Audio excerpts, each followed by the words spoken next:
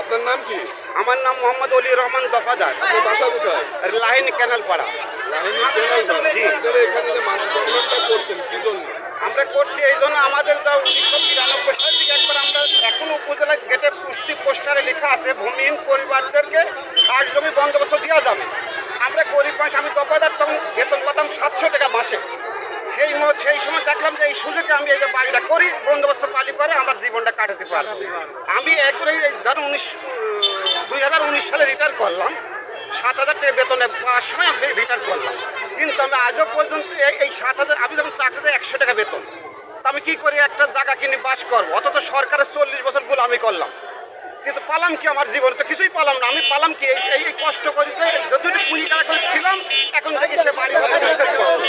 এখন উচ্ছেদ করলে আমি কোথায় যাবো? কর আমার কোনো সন্তান নাই, আমি একা মাস আর স্ত্রী নিয়ে ওই 7,000 টাকা বেতন দিয়ে চলতেছিলাম।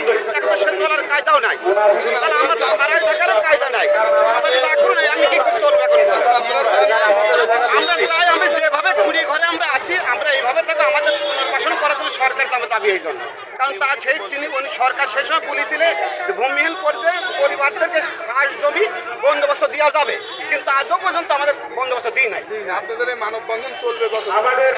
আমাদের দাবি না মানলে আমরা এইভাবে আমরা মরেই রয়েছে। খাওয়ার এমনি আমার চাকরি নেই, বাকলে খায় এক লোকের হাত পাইতে ভিক্ষে করে খাওয়া চলতেছে। আমরা আবার জায়গাতে উঠাই দিলাম, আমরা কোন যাবো? যাবো কোথায়? গুলি করে মারি দিল, আমরা এখানে মর, তাও যাবো না এখানে।